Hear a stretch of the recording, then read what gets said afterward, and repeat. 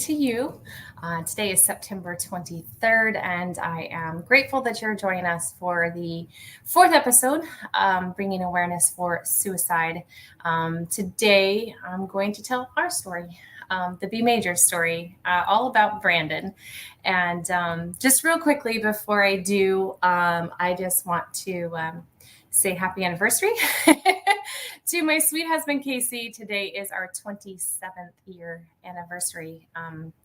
So grateful to have this guy in my life because meeting Casey led me to meet Brandon.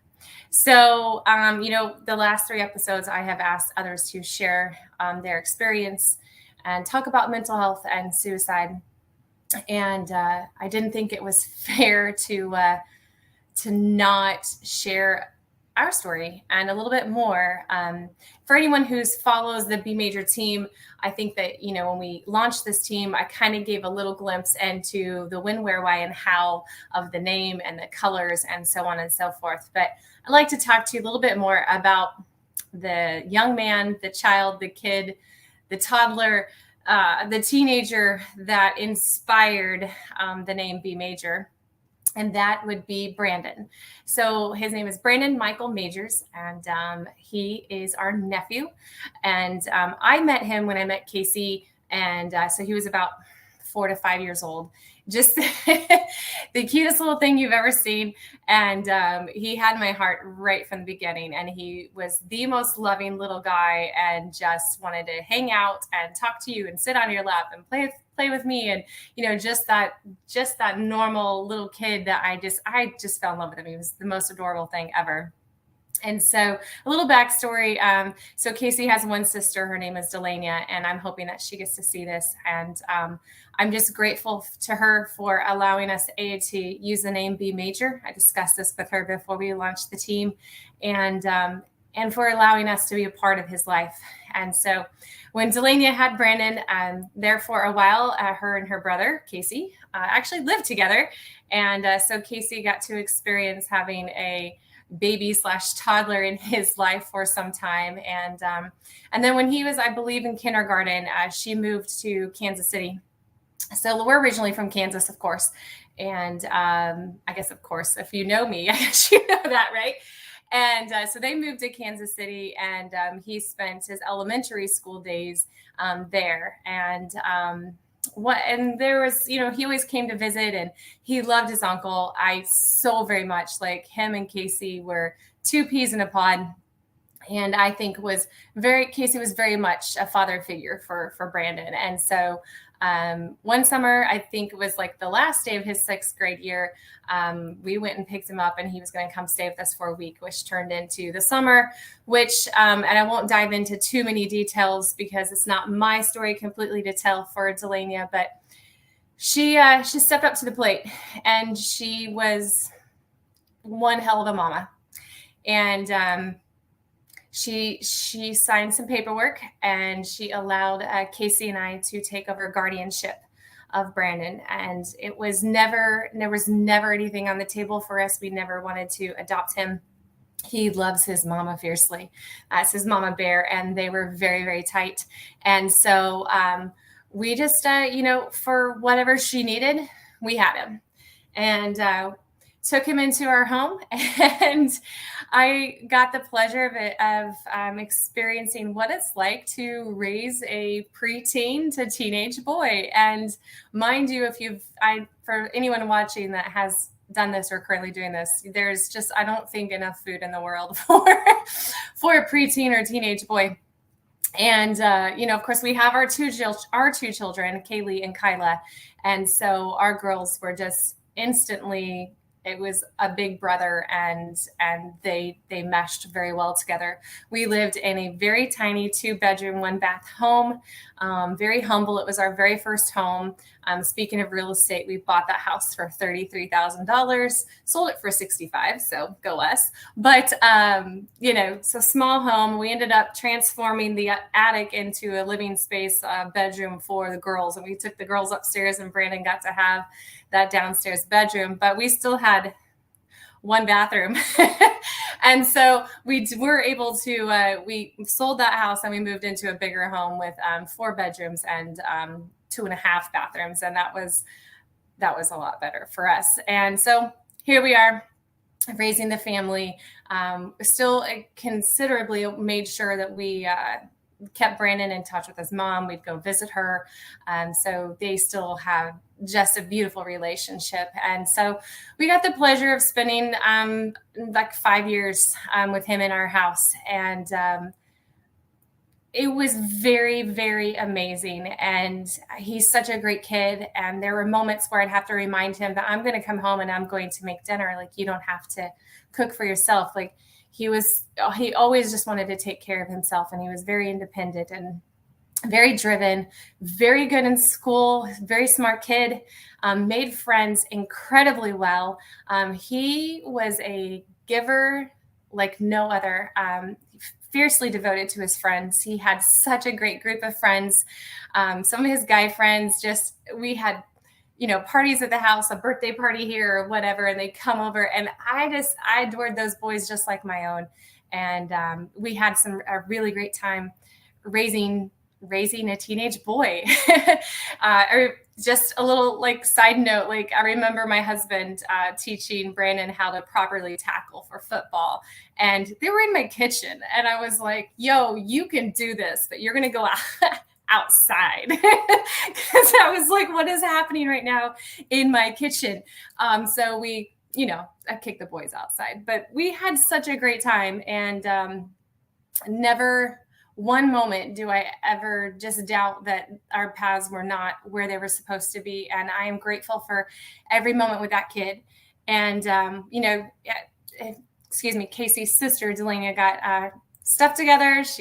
I'm so proud of her. And I believe Brandon's junior year, middle of his junior year or something like that, he went to go live with her full time. And, we still got to see him. We were in the same town. And so that was beautiful. And, he graduates high school, he goes to college, he does all the things that kids do and enjoys his life. And there was a moment, he met a girl, and he fell head over heels for her. And he got into bodybuilding, and the kid just bulked out, and it was he's such a good kid. And man, it's so cool to talk about him. Anyway, so he got to working with GNC, and they actually transferred him to Texas. So he spent some of his last time in the Texas area around San Antonio. He ended up working sometimes in the oil fields, and one thing led to another. And I think that looking back on our situation, I would have never, ever guessed that he was suffering so much.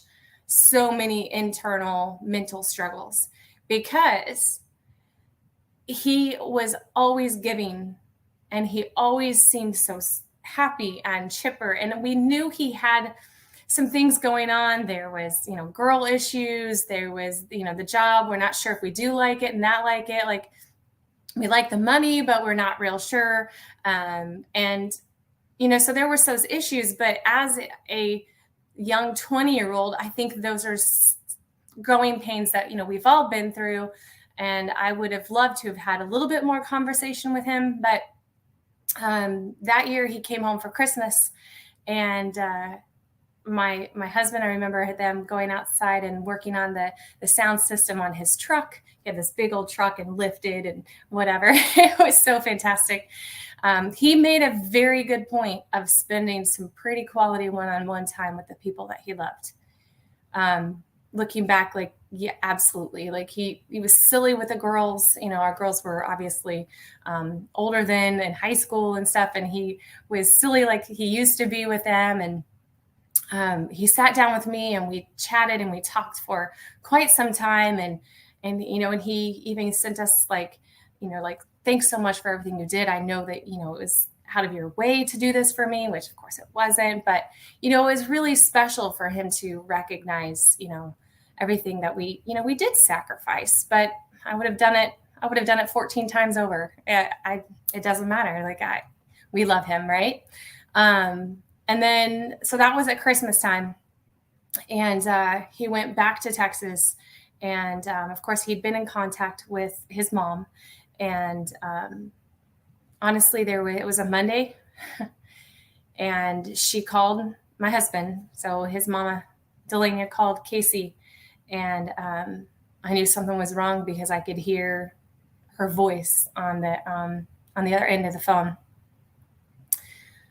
And we just he got off the phone and he told me what happened, and I think I was incredibly stunned.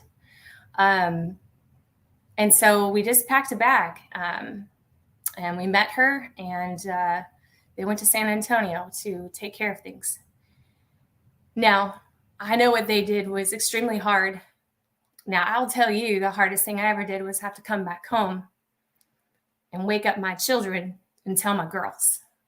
By far the hardest thing I have ever done in my life. I don't ever want to do anything harder than that, because that was tough. And the way it affects, a ripple effect from someone who commits suicide, is beyond anyone's. I don't think you can comprehend how that will affect so many people. And I will say this, that as a family who has gone through that, it is mind-boggling to you at the time how everyone else continues on with their daily life, because ours just stopped. Like, it literally stopped at 3 a.m. on that Monday morning. Like, I don't know what everyone else was doing, but there are days where you were in a complete fog. I remember randomly in the middle of the night cleaning out my Tupperware drawer, or the plastic drawer. Like, I was like sitting on my kitchen floor, and I'm thinking, what am I doing right now? But I couldn't sleep. You can't eat. I forgot to feed and water the dogs. I know, as strange as this sounds, but if you know someone who has lost someone to a suicide or to a major grief issue, you might just check to make sure that overall that basic needs are met. Like, straight up, like, I'm not kidding. Because you just kind of, you're on autopilot, and I completely checked out. And to be really honest and vulnerable in this situation, it was really hard for me as his aunt, because I grieved for him like a mom, though I didn't birth him. But it was really hard to express that, because him and his mom are so tight, and I cannot even imagine her grief. I know her grief was different and possibly even more than mine. But it was really, really, it's the toughest thing I have ever done. And I just want to encourage anyone that's watching this that your life matters. The people who love you intensely. And there's so much goodness on the other side of whatever it is that you're battling. There's so much life out there to live. There's so many ways that you can bless somebody. This kid was such a blessing. So this is Brandon. And he reminds me so much of his uncle. And we always used to give him a hard time that he was going to go bald like his Uncle Casey. And he would say, I'm Mexican. I'm not going to go bald. Well, if you looked at that picture closely, he was already starting to recede. So we used to give him a hard time about that. But going back to BeMAJOR specifically, when this kid was doing some GNC work and helping others learn how to bodybuild and, helping them better themselves, he used to always say, like, just go be major, like, just do something more, be more. And so when the time came for me to do what I'm doing and lead my own team, I woke up in the middle of the night and it just came to me. I could be the BeMAJOR team. So if you've seen anything that we've done, it's like, be amazing, be inspiring, be a blessing, be fun, be exciting, be major. Just take what you have in you and just pour it into others, because it will come back to you. And that is because this kid poured so much into other people, and he gave so much to other people. And I just want to honor him in that, because he was a lover of everyone. Like he was such a great kid. So to close out my story, what I would like to say that I think some have said as well is, if you know Brandon, or if you have someone who's lost someone to suicide or any kind of situation, and you know of that person, don't hesitate to reach out and tell them something amazing about that person. I love it when I see like stories that his friends post still about, like, oh my gosh, do you remember when we were together and Brandon blah, blah, blah, blah. I love that. Speak about him, talk about him, tell me all the fun stuff. Let's reminisce about him, because the more that you talk about someone who's passed, the more it actually helps your heart just heal a little bit, because you're consistently bringing them to the forefront. So I want to encourage you that if you do know someone who has gone through something similar, please reach out to them, and don't hesitate to be like, do you remember the day that such as so-and-so and we did something crazy? Because they will love that. It might make them cry. That's okay. Because when you're crying tears of grief, it's because you love someone so intensely. And so that is okay.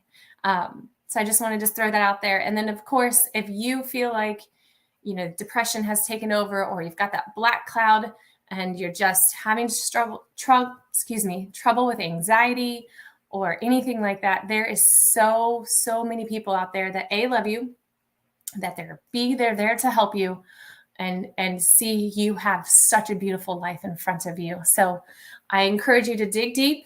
On a daily, I would love for you to write down the things you're grateful for. Think about all the good things that have happened to you. Also, how can you today be a blessing for someone else? If you start your day wanting to be a blessing for somebody else, and you're looking for that, you will live in a different kind of mindset. So just want to encourage you with that today. If you are feeling suicidal, or if you're having any mental health issues, please reach out for help.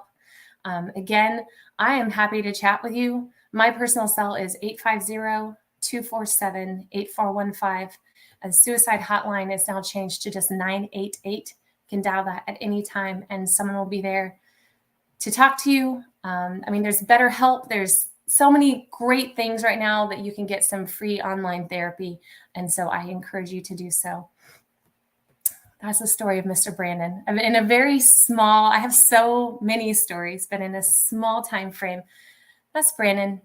And if you know him and you'd like to, some of my friends and my family, of course, will see this, feel free just to drop a quick little story about, things that you remember, because I know everyone has some great stories about him. So hope you have a great day. We love you, and just wishing you all the best always. Take care. Be major.